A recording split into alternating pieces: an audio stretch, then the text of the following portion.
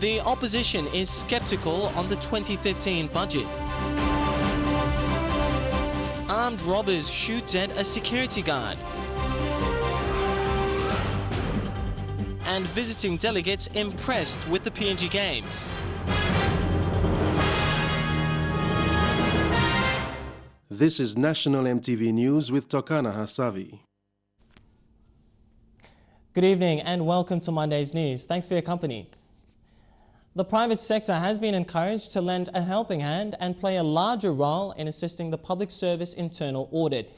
Principal of Gangloff Consulting, Ernie Gangloff, made the comments during his presentation at the Certified Practicing Accounts Joint Annual Conference. Mr. Gangloff said the government's public sector internal audit program, which came into effect in 2005, needs to be reformed. Under Section 9 of the Public Finances Management Act 1995, all national departments, provincial administrations and statutory bodies are required to establish audit committees and internal audits in their organizations. The Act came into effect in 2005.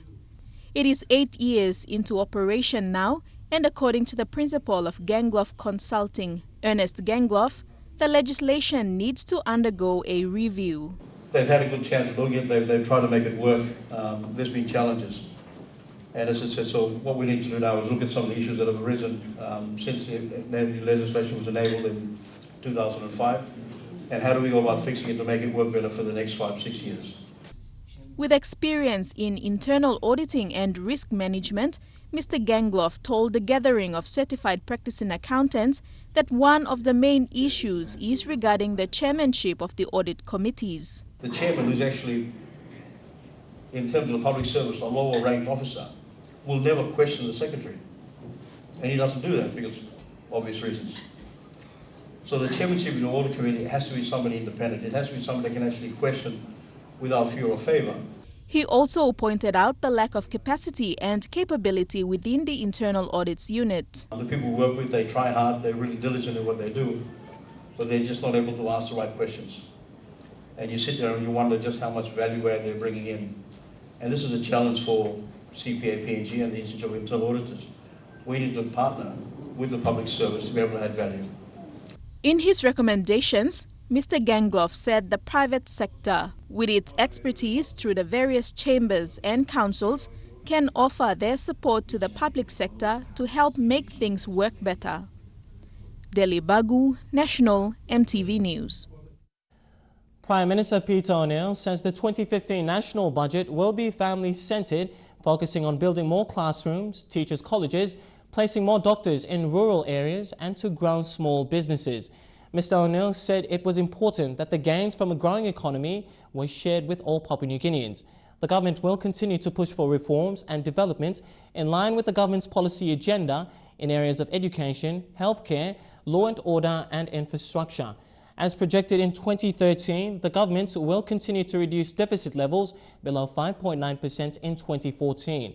Mr. O'Neill called on so-called experts who are presenting inaccurate commentary on the economy to play a constructive role in the country. He also called on the opposition and former treasurer not to speculate and talk the economy down. On the eve of the budget lockup, Treasury Minister Patrick Pruich, in a statement, recently said the country's economic growth has been best in 3 years. Despite the slow global growth and failing commodity prices, with gold prices down now for 4 years in a row, Mr. Pruich says PNG's growth rate has improved since 2011. The government is expected to table the 2015 national budget tomorrow.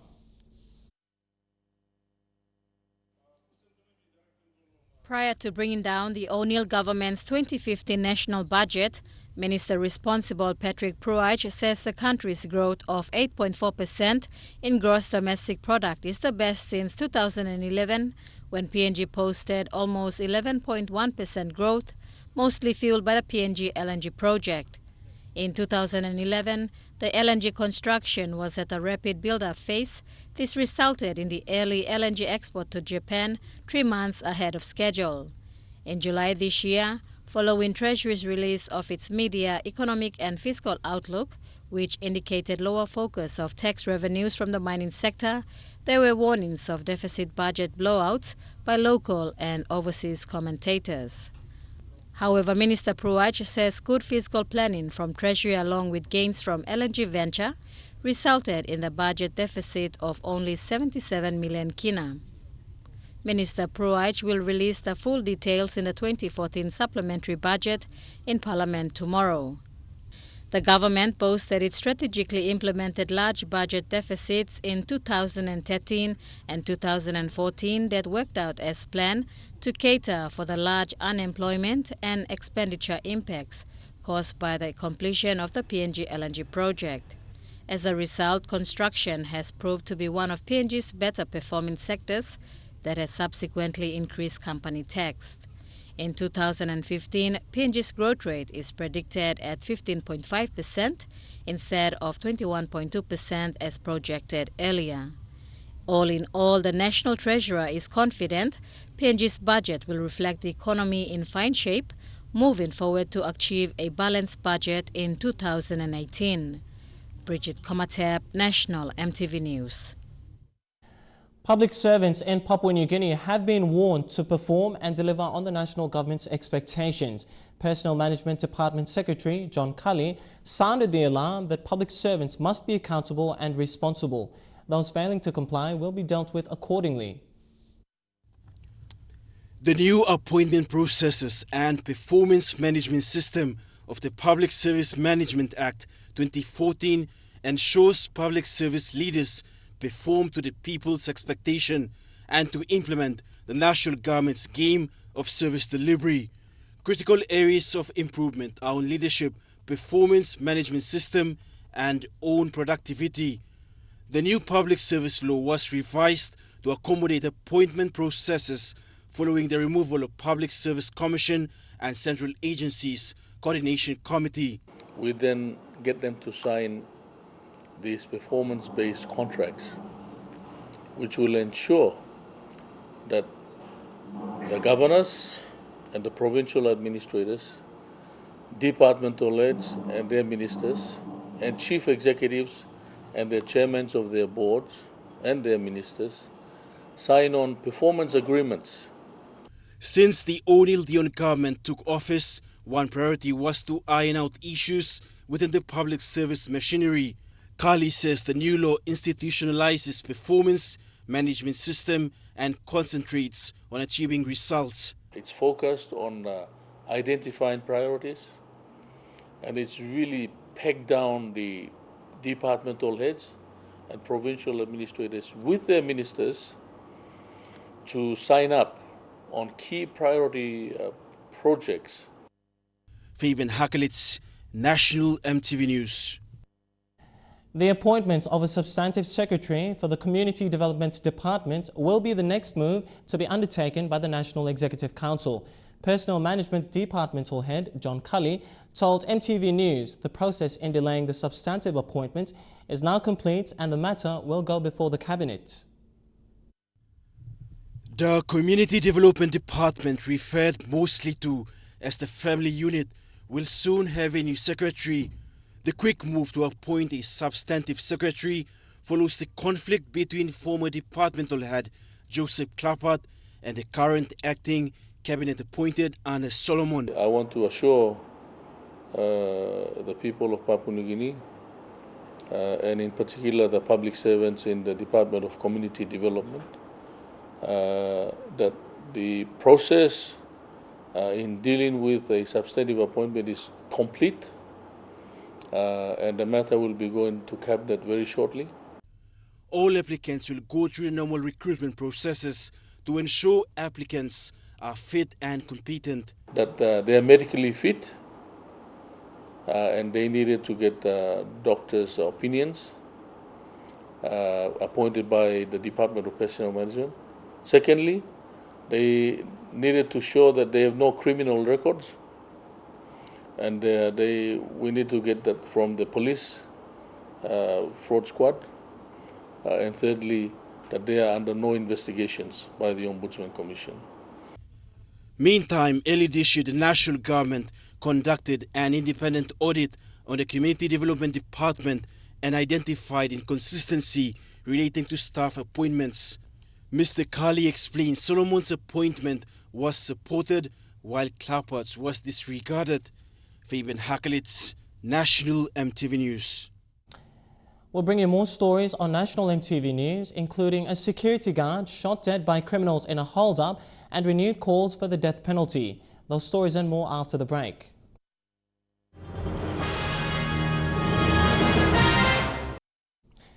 Good to have you back with the news.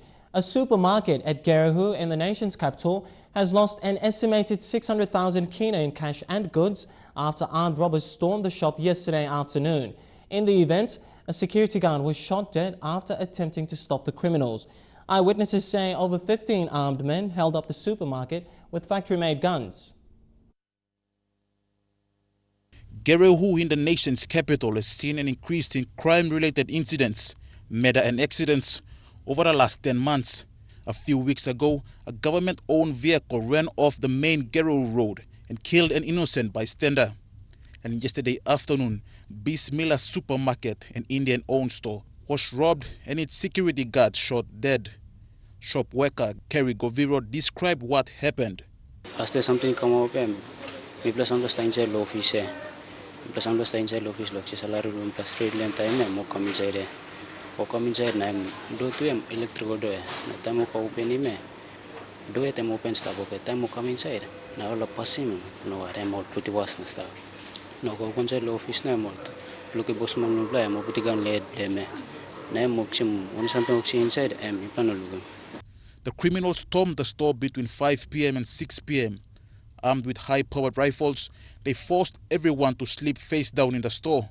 Then two of the criminals went to the manager's office, where he was preparing his workers' allowances, and took all the money. After taking the money, the criminals shot the shop security guard after he attempted to stop the criminals from escaping. So time show something or come outside or come go straight lo main door lo go out lo main gate lo road na lo sige sana lape na mane sana be am auto sleep no sleep auto sleep tupla time no are na 3 lang no o suti me bullet time sim strata susu goncha sel hard blame so die. A police vehicle chased after the criminals but failed to capture any. The string of killings in the nation's capital started last Thursday with the killing of a young police officer at Gordon's Market. Stanley Ovett Jr., National MTV News. The Ebola detection facility to be built with assistance from Australian aid through the Department of Foreign Affairs and Trade is yet to be constructed. A source from the contractor charged with arranging logistics and training on behalf of the National Health Department and Australia's DFAT confirmed with MTV News that no construction occurred today due to access issues. The construction also comes at a time when the international terminal is experiencing major renovations. MTV News will keep you updated on the developments of this detection facility. And we now take a look at the financial news. The kina closed unchanged at $0.394 in the interbank market, and at Bank South Pacific, your kina was buying $0.3865, $0.4374 Australian dollars, $0.3053 euro, and 44.57 Japanese yen.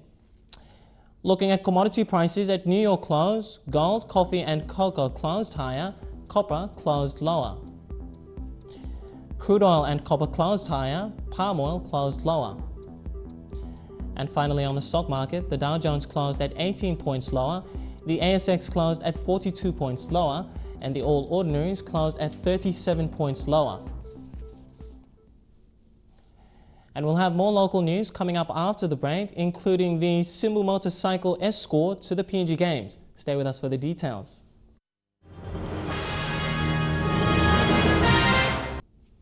Good to have you back with the news.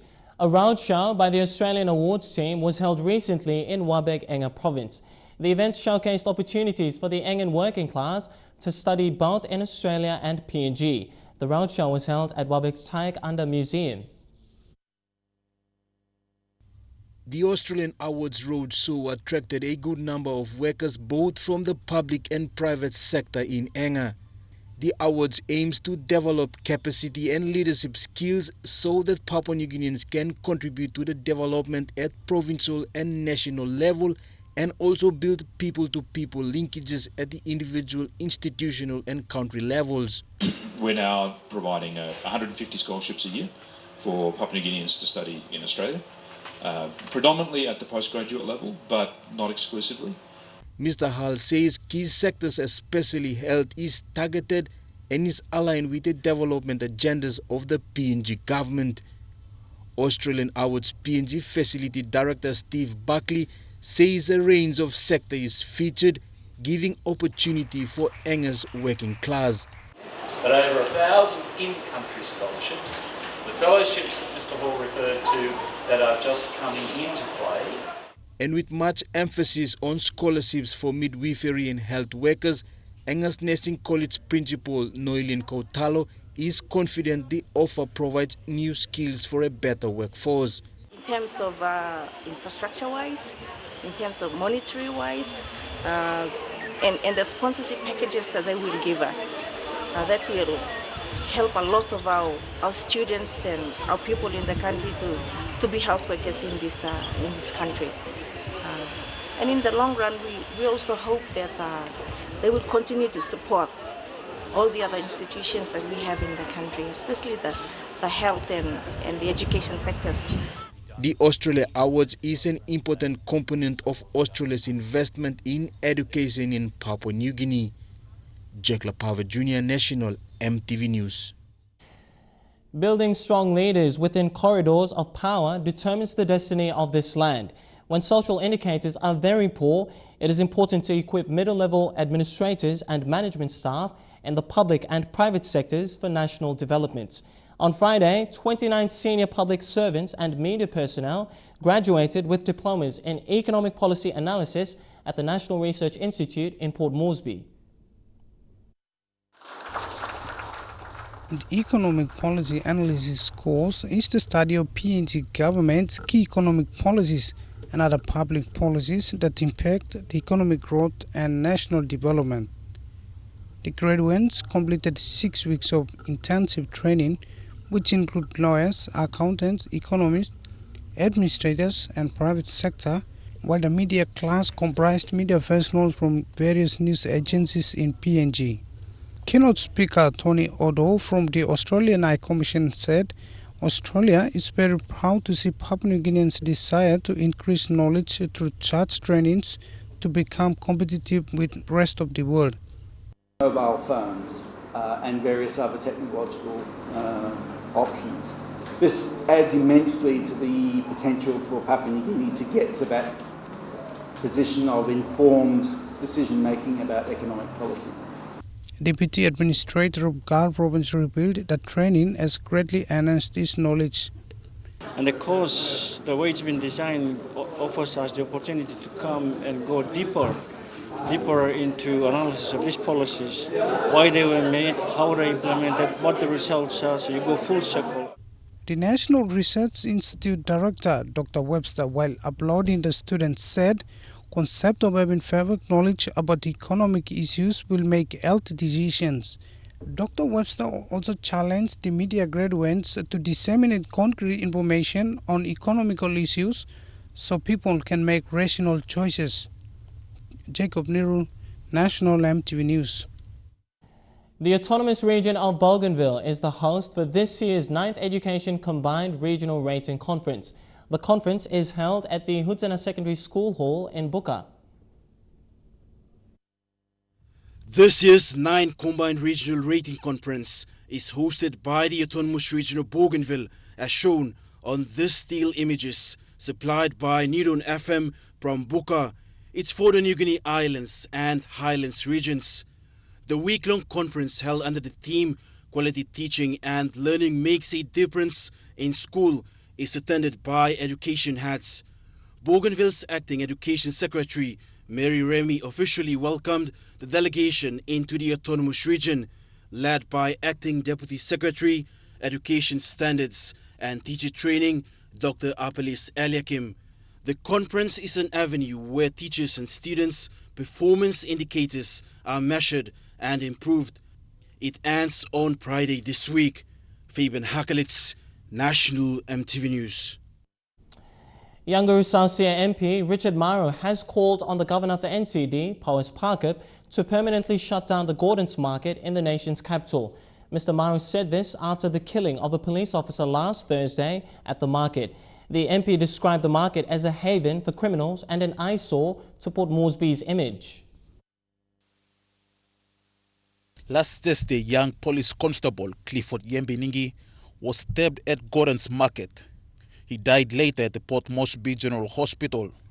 While investigations into his death continue, police already have a suspect behind bars. According to police reports, the late officer was stabbed by a drunken man while he was trying to get on a PMV back to Bomana Police College. Today, Yanguru Sausia MP and Minister for Trade, Commerce and Industry, Richard Maru, condemned the killing of the officer.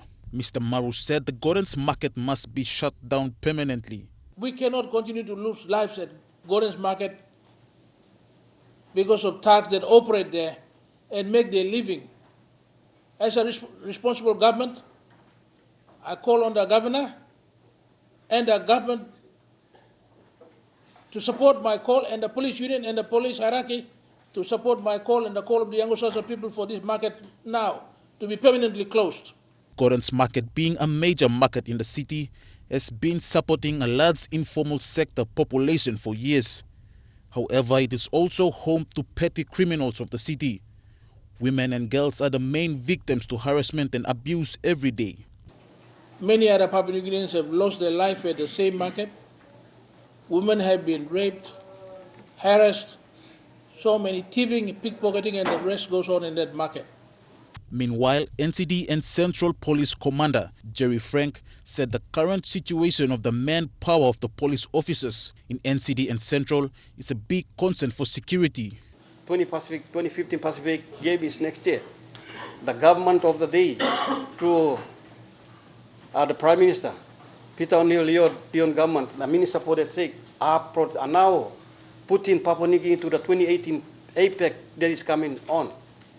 We are going to be challenged.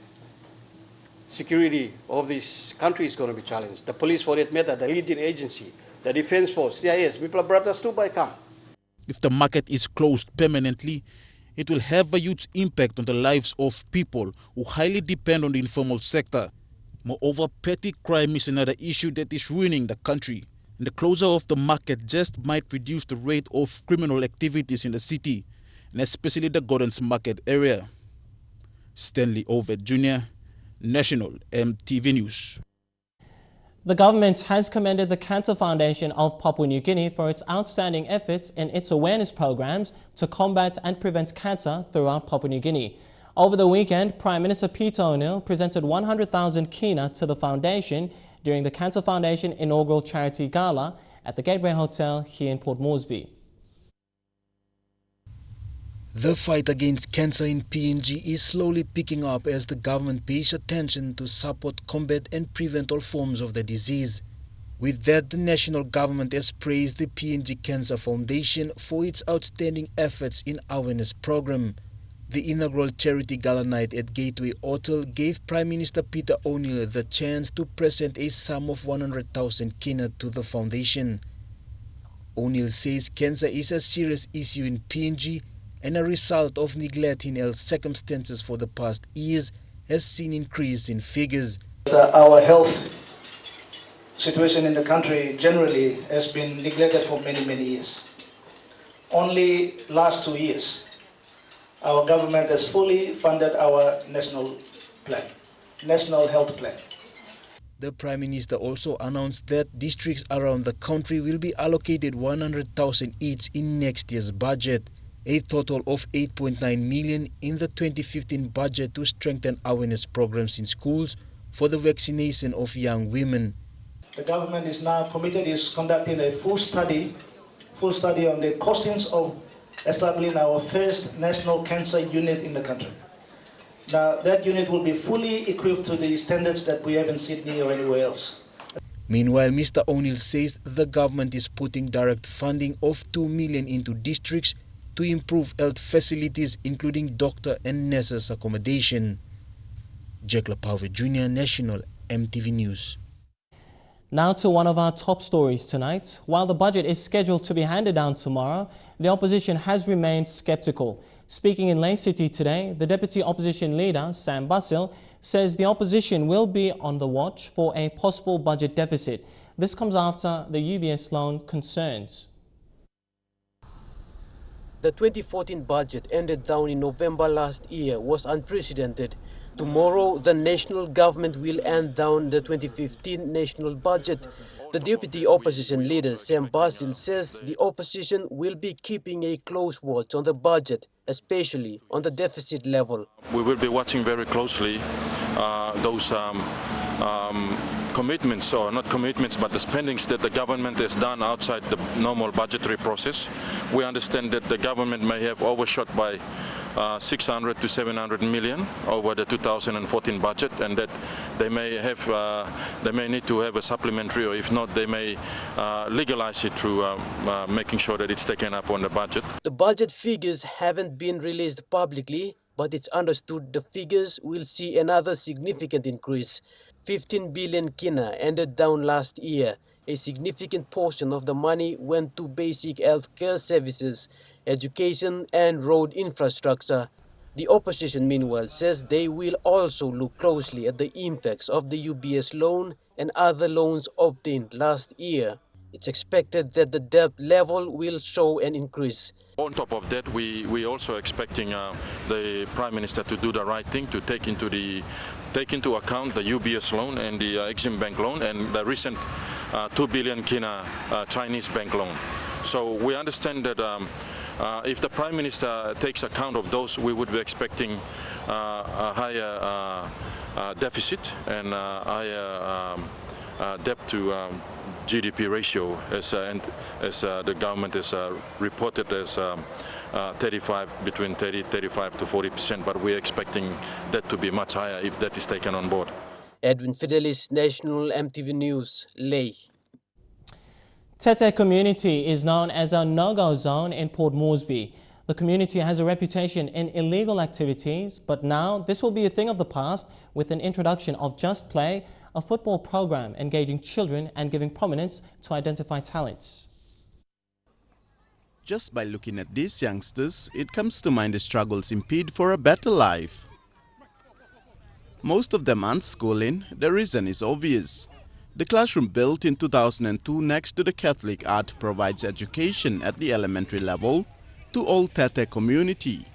No, I just like I help him me play here, but now it's like Just Play program come and me play na me sabe how to play soccer. Just Play is a football program under PNG Football Association, integrated with schools and community programs to teach young ones the game of soccer. But it's more to that when community like this involved. Good place, as people would say. For me coming here, I was a little bit scared, but I made a commitment to come here and I want to be part of the change. Under the scorching Port Moresby heat, the Tete community oval went up in dust with eager football learners who weren't afraid to show off their skills. There were only two main water taps supplying the entire community.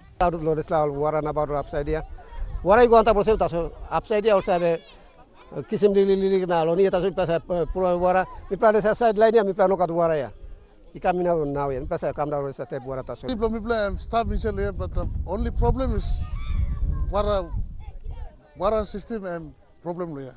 With the introduction of the other ethnic groups, the community declares to work in partnership with the government to bring in vital services. Just Play is the first sports development program to make a breakthrough. The community welcomes other developments. Tere Alex, National EMTV News. As day one of competitions begin for the PNG Games in Leh City, the different provincial teams will be trying to outdo each other in the medal count. But outside of the sports, there is another competition that happened. Each team came with their own display of culture and uniqueness.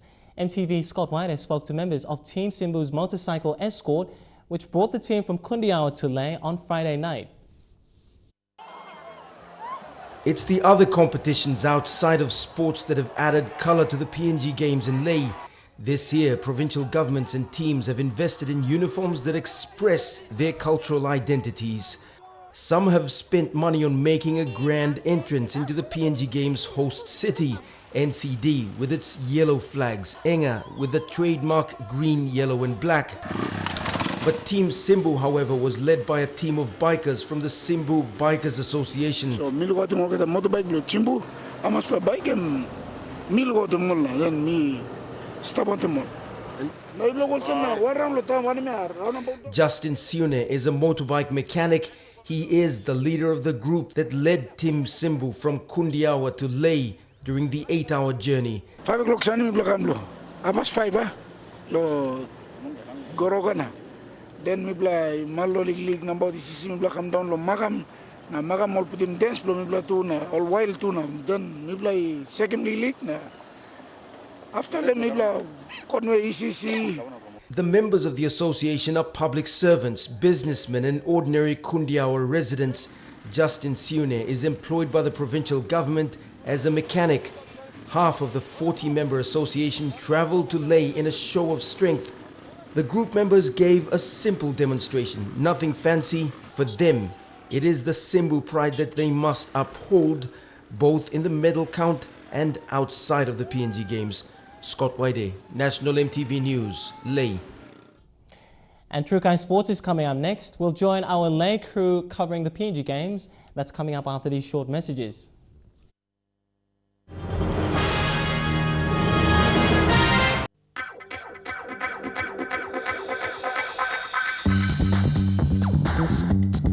True Kind Sports.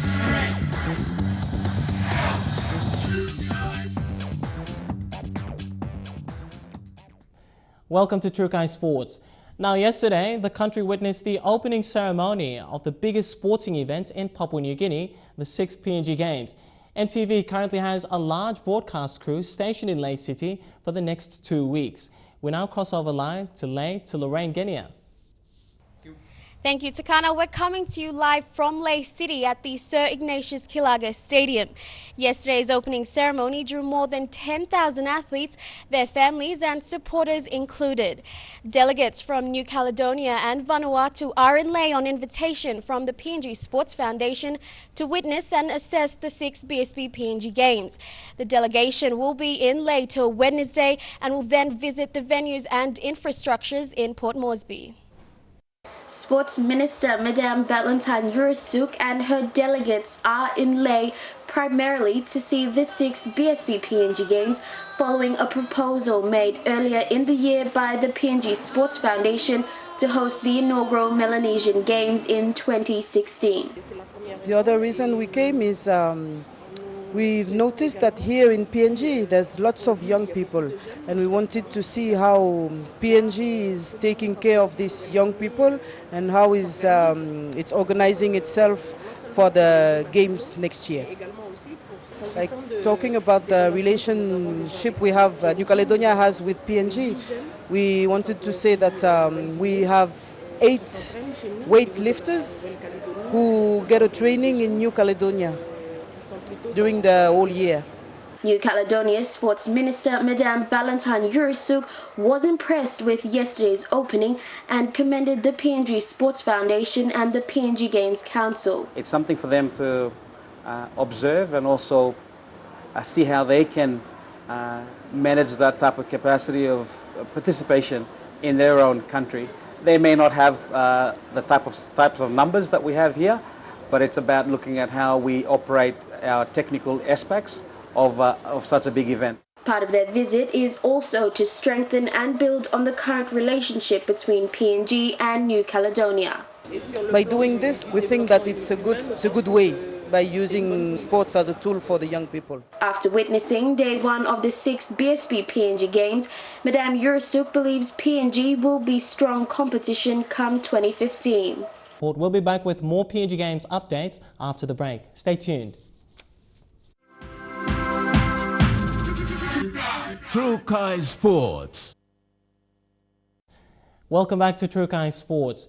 Once again, we join MTV's Lorraine Genia for more updates on the PNG Games.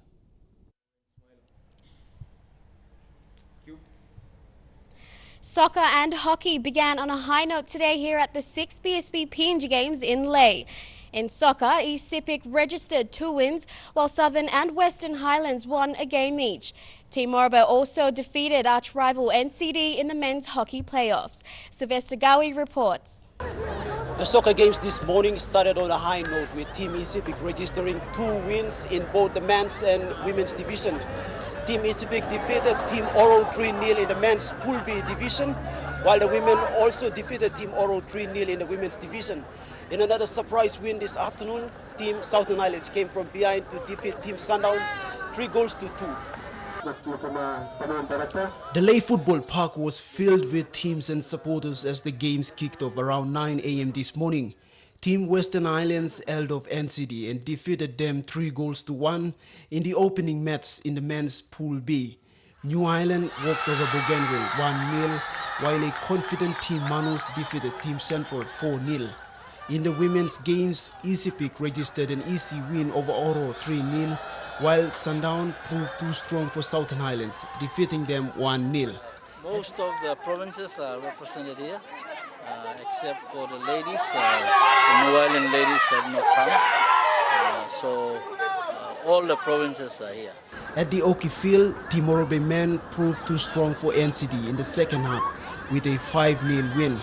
Morobe also defeated West New Britain 6-1, while East New Britain lost to Manus 6-1. In the women's games, Team Morobe women defeated East New Britain 5-2, Manus women defeated Medang 6-1, and NCD defeated East New Britain 4-1. The Oki games will continue tomorrow with a friendly game with the PNG Games ambassadors. Sylvester Gawi, National EMTV Sports, Lay. Over the next 14 days, we will be bringing you various sports from different venues, both in a live coverage and on EMTV News. Back to you, Takana. Thanks, Lorraine and the team in Lay City for the updates of the PNG Games. The Team Central swimmers are all set and ready to join their teammates at the 6th BSP PNG Games in Lay. This team will be the last group of athletes from Team Central to touch down in the host province on Wednesday. The swimming competition will be held over 3 days, beginning on Friday. Team Central swimmers will be the last group to arrive in Lay this week. The group of swimmers and their coach were supposed to leave today for Lay, but their flight was rescheduled for this Wednesday. Team Central will be represented by 16 swimmers, comprising of 9 males and 7 females. Coach Vilua Puana said he is looking forward to their participation in the 6th BSP PNG Games and has no doubt Team Central swimmers will pocket medals.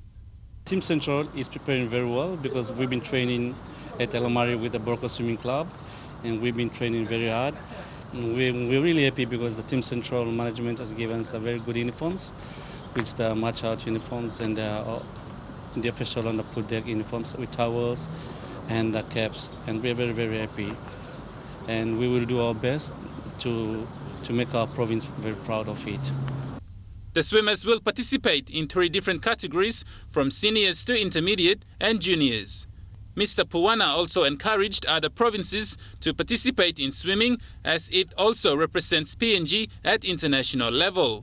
Swimming is one of the sports is called in the Pacific Game, included in the Olympic and Commonwealth Games. So every province should participate, even though they're not.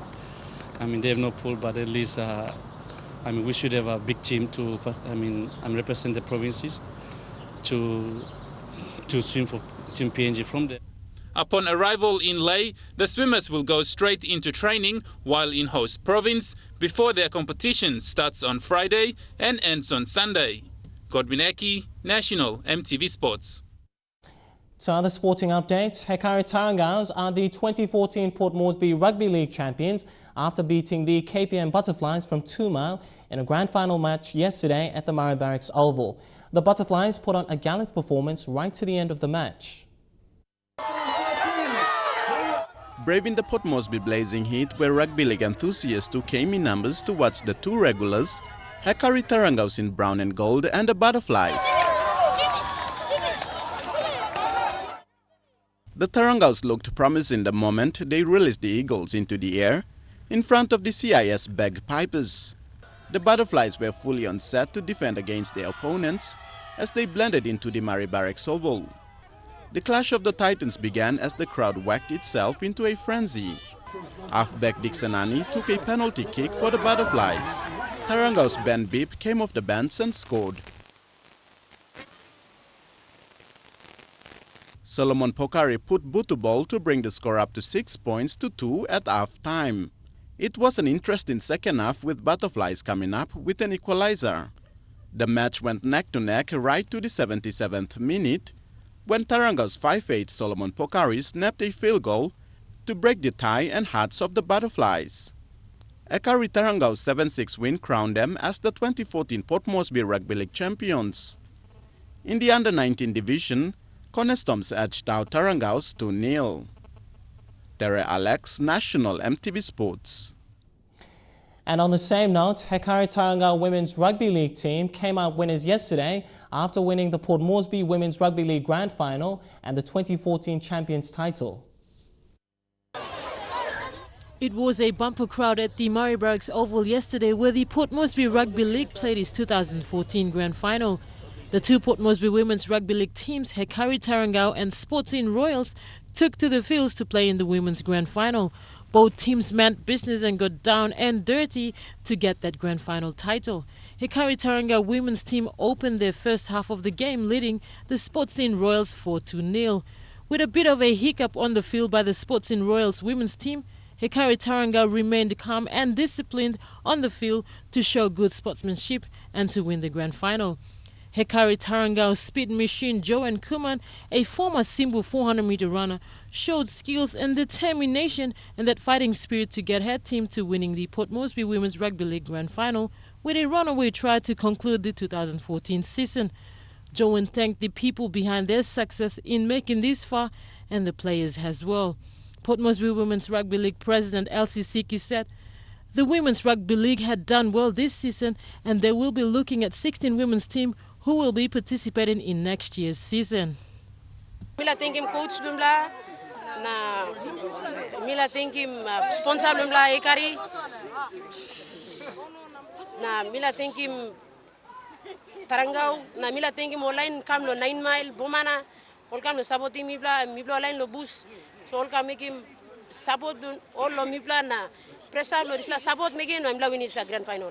Hopefully by next year, 2015, the board of Port Moresby Rugby League want 16 clubs to participate. So we hopefully look forward to 2015. 16 club of Women's Rugby League will participate next year. Port Moresby Women's Rugby Football League will now be looking forward to another successful year come 2015 with a bigger and better plan in promoting women in rugby league. Mike Koime, National EMTV Sports. And Trukai Sports ends on that note. I'll bring you the weather details for the next 24 hours coming up next. Stay tuned. Trukai Sports.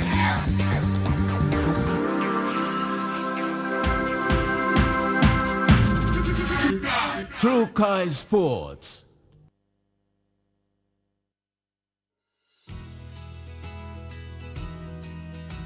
A quick look at the weather forecast for tonight and tomorrow in southern region. All centres fine except Port Moresby, cloudy at times. In Momase, thundery showers expected in Wewak and Vanimore. In the New Guinea Islands, all centres fine except Lorengau to look forward to brief showers. And lastly, in the Highlands region, all centres evening showers, then morning fog.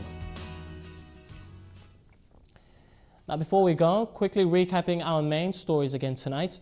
The opposition is sceptical on the 2015 budget. Also, armed robbers shoot dead a security guard, and visiting delegates impressed with the PNG Games. Well, that's been the news, sports and weather this Monday. From all of us here, thanks for your company. You take care and stay safe. Good night.